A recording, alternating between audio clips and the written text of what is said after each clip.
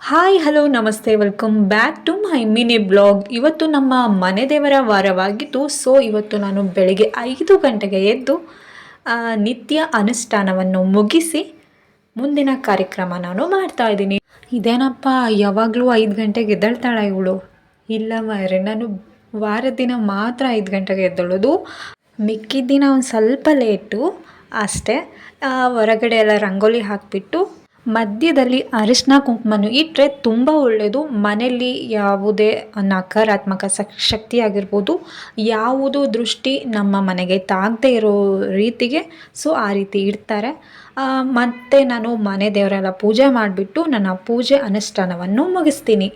Next ನಾವು ತಿಂಡಿ ಮಾಡಬೇಕಲ್ಲ, ತಿಂಡಿ ಸಹ ರೆಡಿಯಾಗಿತ್ತು. Fried rice. ನಾವು ಹೊರಡುವ ಸಮಯ ಬಂತು. ಈ ಬ್ಲಾಗ್ ನಿಮಗೆ ಇಷ್ಟವಾಗಿದ್ದಲ್ಲಿ like, share, comment and subscribe. Keep support, keep smile. Love you all. Take care. Bye.